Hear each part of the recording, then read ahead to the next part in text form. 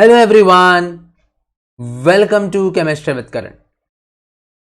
आज हम करेंगे सॉल्यूशंस के रिवीजन सीरीज का पार्ट 2 और आज हम पढ़ेंगे हेनरी लॉ और राउल्ट्स लॉ के बारे में। चलिए आज का वीडियो शुरू करते हैं। सबसे पहले हम पढ़ेंगे solubility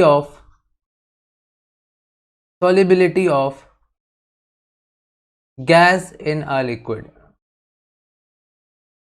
okay, so what do you mean by solubility? Solubility की बात सबसे पहले मैंने यही करी थी कि आप सॉल्युबिलिटी को कॉन्सेंट्रेशन की तरह समझ सकते हो कि कितना सॉल्यूट कितने सॉल्वेंट में डिसॉल्व है, या फिर कितना सॉल्यूट कितने सॉल्यूशन का भी आप ले सकते थे। बेसिकली वी टेक कितना सॉल्यूट कितने सॉल्वेंट में डिसॉल्व है, उसको हम सॉल्युबिलिटी बोलते हैं किसी गैस की। ठीक है, अब हम बात करते हैं कि फैक्टर्स क्या क्या इफेक्ट करेंगे। अच्छा, उससे पहले मैं एक चीज बता दूं, अगर मान लो कोई गैस है, वो किसी लिक्विड से मतलब सॉल्वेंट इज लिक्विड, वो डिसॉल्व होने जा रही है, तो क्या होगा यहाँ पे एक सॉल्यूशन बनेगा, यहाँ पे एक सॉल्यूशन बनेगा and this process is exothermic. Generally dissolution of gas is exothermic. क्यों? क्योंकि इंटरैक्शन होता है पार्टिकल्स के बीच में और इसलिए जनरली ये एक्सोथर्मिक होता है। हीट एनर्जी रिलीज होती है, ये एक इक्विलिब्रियम होता है। ये कैसा है? एक डायनेमिक इक्विलिब्रियम।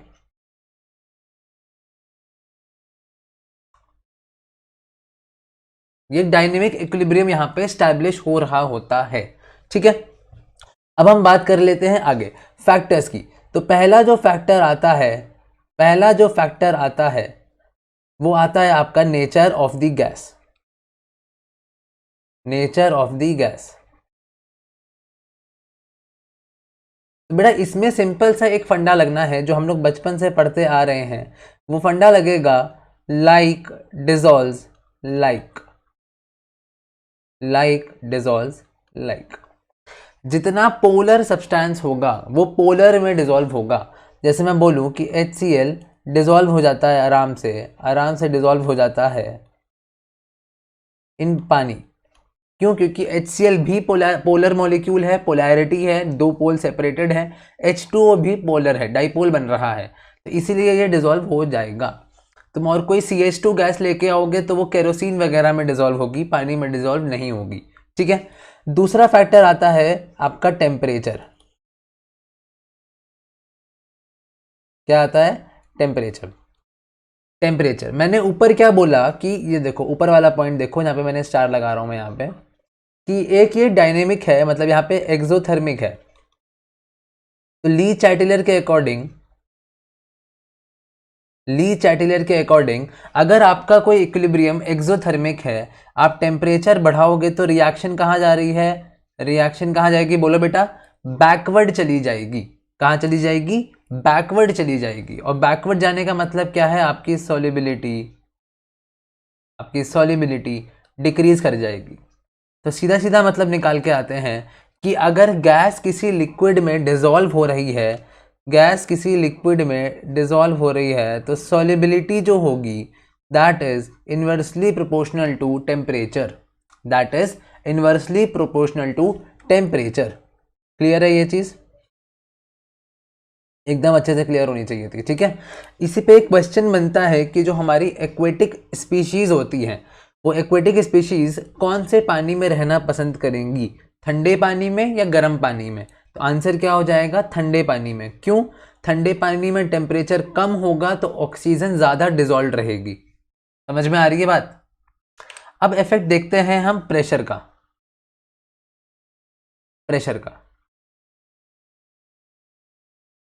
और प्रेशर का effect on solubility of a gas, इसी को हम बोलते हैं हेनरीज लॉ।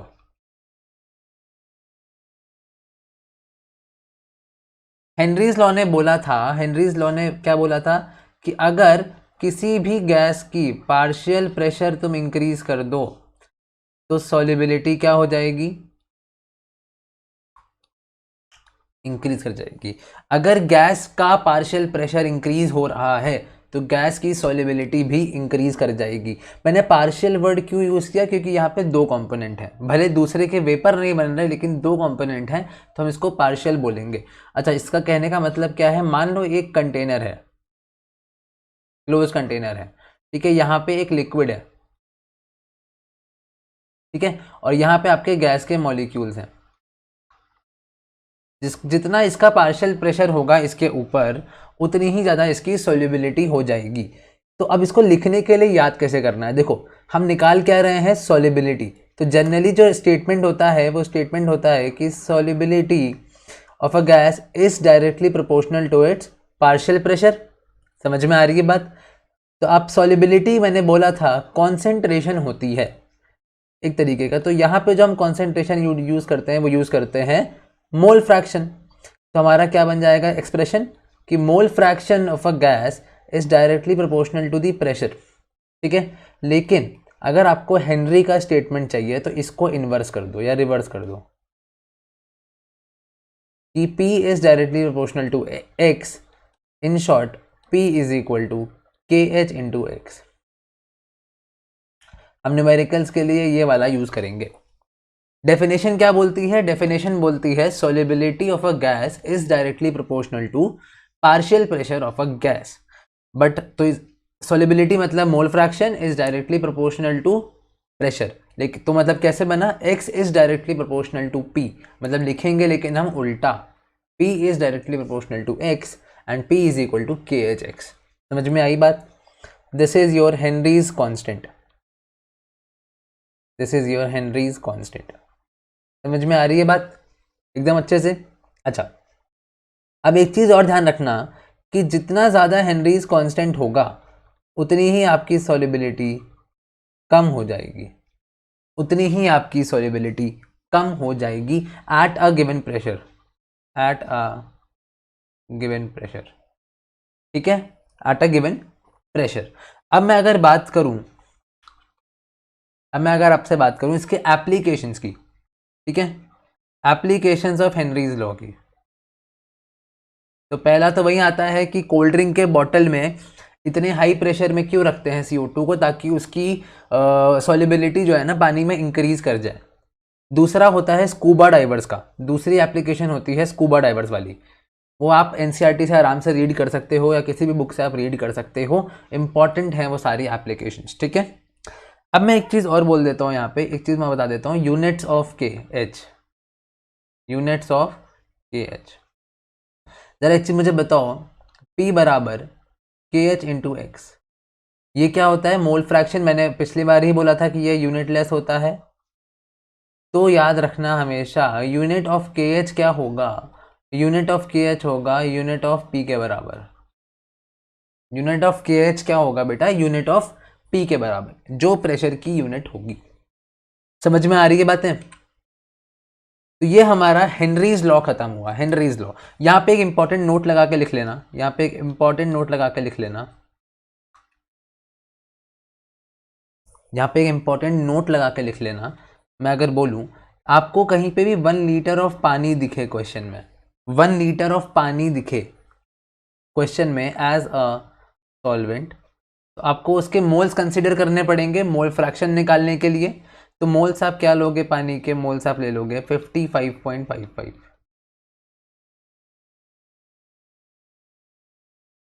ठीक है, क्योंकि इन जनरल जो कॉन्सेंट्रेशन ऑफ पानी होती है वो होती है 55.55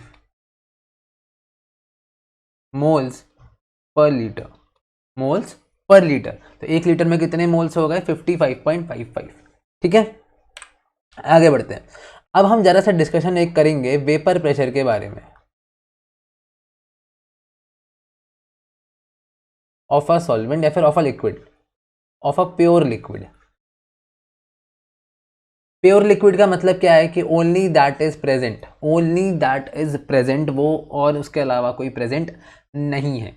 और ये लिक्विड में कैसा मान के चल रहा हूँ, लिक्विड में मान के चल रहा हूँ वॉलेटाइल, जो एटलीस्ट वेपर बनाएगा, तो ऐसा तो नहीं है कि ना ही बनाए, ठीक है। अब मान लो मेरे पास एक कंटेनर है, अब मान लो मेरे पास एक कंटेनर है, ठीक है। अच्छा, पहली चीज़, ये किस कंडीशन पर डिफाइन होगा? क्लोज कंटेनर पर डिफाइन होगा, कॉमन सेंस है, वरना तो ऊपर ही उड़ जाएगा पूरा पूरा। अब यहाँ पे होगा क्या? यहाँ पे लिक्विड है भाई, अब धीमे धीमे आप नीचे से हीट करोगे इसको, तो ये क्या होगा? यहाँ पे जो सरफेस के मॉलिक्यूल्स हैं, यहाँ पे जो सरफेस के मॉलिक्यूल्स हैं, इनको काइनेटिक एनर्जी मिलेगी और ये वेपराइज होने लगेंगे, ये ऊपर जाने लगेंगे एज अ गैस। ये यहाँ पे क्या था भाई? लिक्विड फेज था, यहाँ पे क्या है भाई? वेपर फेज है। ठीक है, समझ में आ रहा है? ऊपर टकराएंगे, टकरा के फिर नीचे आ जाएंगे। तो यहाँ पे दो प्रोसेस हो रही है, वेपराइजेशन एंड कंडेंसेशन। अब एक ऐसी कंडीशन आएगी कि रेट ऑफ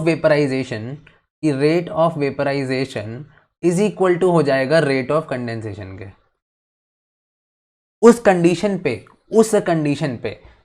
कंडीशन पे जो ये जो गैस मॉलिक्यूल्स हैं, इस पे जो सरफेस पे धक्का लगाएंगे, जो गैस मॉलिक्यूल्स ऊपर वाले हैं जो सरफेस पे धक्का लगाएंगे, इसी धक्के को हम बोलेंगे क्या? इसी धक्के, जितना प्रेशर लगाएंगे इसी को हम बोलेंगे वेपर प्रेशर। समझ में आ रही है बात? एकदम बढ़िया। और ये चीज़ें डिफाइन होती हैं सारी की सारी एट कांस्टेंट टेम्परेचर। तो वेपर प्रेशर की बेटा डेफिनेशन क्या हो गई? Vapour pressure of a liquid. अब देखो, मैंने कहा था ना लास्ट एक वीडियो में, हाउ टू स्कोर 100 वाले में, कि कैसे कैसे आपको लिखना है। मैंने देखो अंडरलाइन और बोल्ड दोनों करके रखा है आपको। Vapour pressure of a liquid कहाँ डिफाइन है? In a close container. लिखना बहुत important. Is the pressure exerted by the vapours on the surface of the liquid. बहुत इंपॉर्टेंट, ऊपर लगाता है सतह पे, सरफेस पे, इन डायनेमिक इक्विलिब्रियम। ये लिखना बहुत ज़रूरी है, क्योंकि अगर इक्विलिब्रियम नहीं आया है तो आपको पता ही नहीं है कि गैस ऊपर कितनी है नीचे कितनी है, कांस्टेंट हो ही नहीं पाएगी कॉन्सेंट्रेशन, तो ज़्यादा गैस हो जाएगी तो ज़्यादा लगाएगी। इसलिए हम वेपर प्रेशर को एक कांस्टेंट क्वांटिटी मानने के लिए इक्विलिब्रियम पे प्रेशर नापते हैं। ठीक है, in dynamic equilibrium at constant temperature. अच्छा, अब बेटा बताओ, अगर मैं टेम्परेचर इंक्रीज कर दूं तो क्या हो जाएगा? पार्टिकल्स की एनर्जी इंक्रीज हो जाएगी, पार्टिकल्स की एनर्जी इंक्रीज हो जाएगी एंड देयरफॉर वेपर प्रेशर भी इंक्रीज हो जाएगा। सॉरी, वेपर प्रेशर भी इंक्रीज हो जाएगा। समझ में आ रही है बात? एकदम अच्छे से बात समझ में आई। अब देखो, अब बात करते हैं vapour pressure of a solution, जिसमें मैं एक सॉलिड डाल रहा हूँ बीच में, सॉलिड सॉल्यूट डाल रहा हूँ। अगर मैं सॉलिड एक सॉल्यूट डालूंगा, एक सॉलिड है जो कि सॉल्यूट डालूंगा, तो मुझे एक चीज़ बताओ, अगर मैं सॉलिड सॉल्यूट लेता हूँ तो सरफेस पे, अभी तो पहले सारे के सारे लिक्विड थे, लेकिन अब हमारे पास एक सॉलिड भी आ जाएगा, तो सरफेस पे, और सॉलिड तो कभी वेपराइज होगा नहीं, हम ऐसा सॉलिड लेके चल रहे हैं जो कि नॉन वॉलेटाइल है। ठीक है, अब वो तो होगा नहीं, तो खाली लिक्विड ही होगा। अब लिक्विड के मॉलिक्यूल्स जो वेपर बनाते वो डिक्रीज हो गए, नंबर ऑफ लिक्विड मॉलिक्यूल्स विच में फॉर्म वेपर डिक्रीज्ड, तो हमारा वेपर प्रेशर क्या हो जाएगा? वेपर प्रेशर क्या हो जाएगा? डिक्रीज हो जाएगा। इसीलिए vapour pressure of a solution is always less than vapour pressure of pure solvent. बहुत इंपॉर्टेंट पॉइंट है, vapour pressure of a solution is always less than the vapour pressure of pure solvent. ये चीज याद रखना। एक और चीज बता दूं, एक और चीज बता देता हूं, बहुत बहुत बहुत इंपॉर्टेंट है यहाँ पे, इसको आप वेरी इंपॉर्टेंट मार्क कर सकते हो। ठीक है, वेरी इंपॉर्टेंट, कि जो बॉइलिंग पॉइंट होता है, boiling point of a substance या liquid is inversely related to its vapour pressure. उसके खुद के वेपर प्रेशर से वो इनवर्सली रिलेटेड होता है, और directly related to the external pressure. अब इसको डिटेल में मैं तभी लेता जब मैं आपको पूरा पढ़ा रहा था, अभी तो रिवीजन है, बस इतना ध्यान रख लो। Boiling point of a liquid is inversely related to its own vapour pressure and boiling point of a liquid is directly proportional to external pressure. इसीलिए कहते हैं कि अगर हम हाइट पे जाते हैं, अगर हम हाइट पे जाते हैं, है ना, तो क्या होता है कि एक्सटर्नल प्रेशर डिक्रीज कर जाता है, एक्सटर्नल प्रेशर डिक्रीज कर जाता है, और इसीलिए बॉइलिंग पॉइंट भी डिक्रीज कर जाता है। समझ में आ रही है बात? अब हम देखते हैं आगे राउल्स लॉ के बारे में। राउल्स लॉ आपको क्या बोलता है? राउल्स लॉ बोलता है कि partial vapour pressure of a liquid. अच्छा, पार्शियल वेपर प्रेशर का मैं कॉन्सेप्ट समझा देता हूं, एक बार रुको।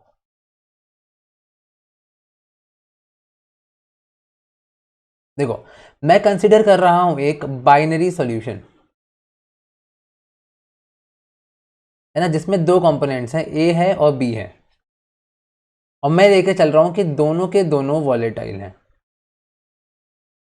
दोनों के दोनों वॉलेटाइल हैं, दोनों के दोनों वेपर बना सकते हैं। तो अगर मानो मैंने पहले ए लेके रखा हुआ था, ठीक है,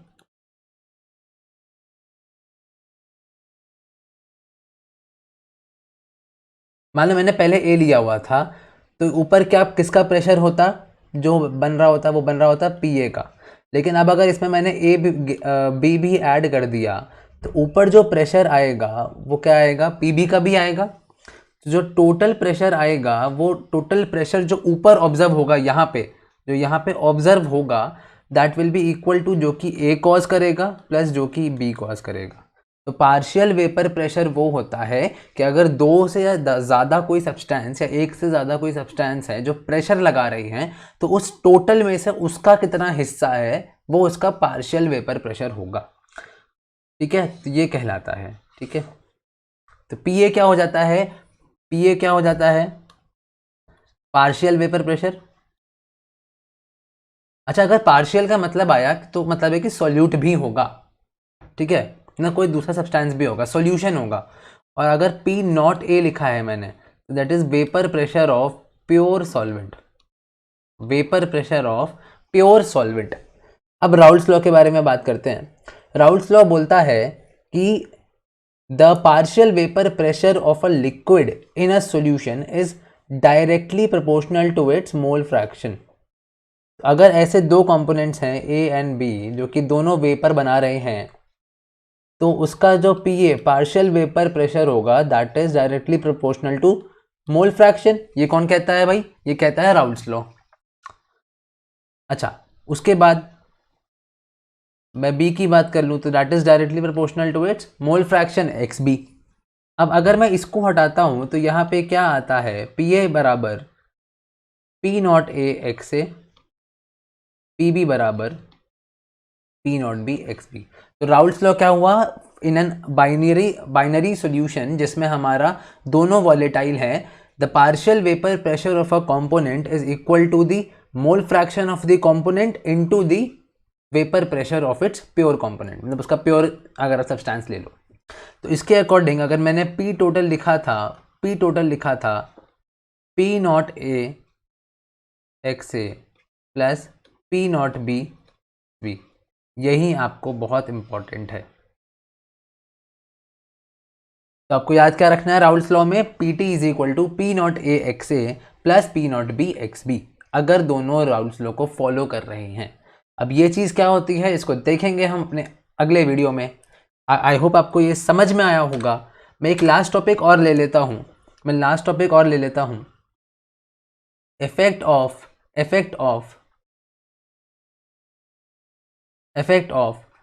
इंटरैक्शंस ऑन वेपर प्रेशर। जैसे कि मैं अगर बात करूं वाटर की,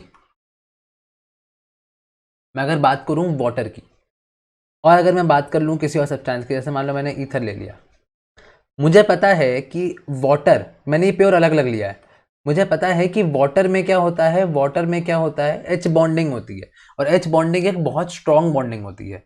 तो अगर वाटर में स्ट्रॉन्ग बॉन्डिंग है तो क्या वाटर के मॉलिक्यूल्स एक दूसरे को जाने देंगे ऊपर? क्या अपने आप से अलग होके सरफेस पर उड़ने देंगे? नहीं देंगे। तो इस केस में क्या हो जाता है बच्चा, वेपर प्रेशर डिक्रीज कर जाता है। मतलब जैसे जैसे फोर्स ऑफ अट्रैक्शन इंक्रीज करेगा, आपका वेपर प्रेशर डिक्रीज कर जाएगा। मॉलिक्यूल्स के बीच का फोर्स ऑफ अट्रैक्शन जैसे जैसे इंक्रीज करेगा, आपका वेपर प्रेशर डिक्रीज कर जाएगा। समझ में आ रही है बात? एकदम बढ़िया। आई होप आपको ये वीडियो अच्छी लगी होगी। मुझे एक और बढ़ाना पड़ जाएगा सॉल्यूशंस का, ताकि वीडियो को मैं छोटा रख सकूं, बड़े वीडियोस मुझे नहीं डालने हैं, ठीक है। बट ये रिवीजन सीरीज़ है, आपको ये पेपर के लिए बस तैयारी कराई जा रही है। आई होप आपको ये वीडियो पसंद आई होगी। अपने दोस्तों के साथ शेयर करिएगा और बने रहिएगा विद केमिस्ट्री विद करण।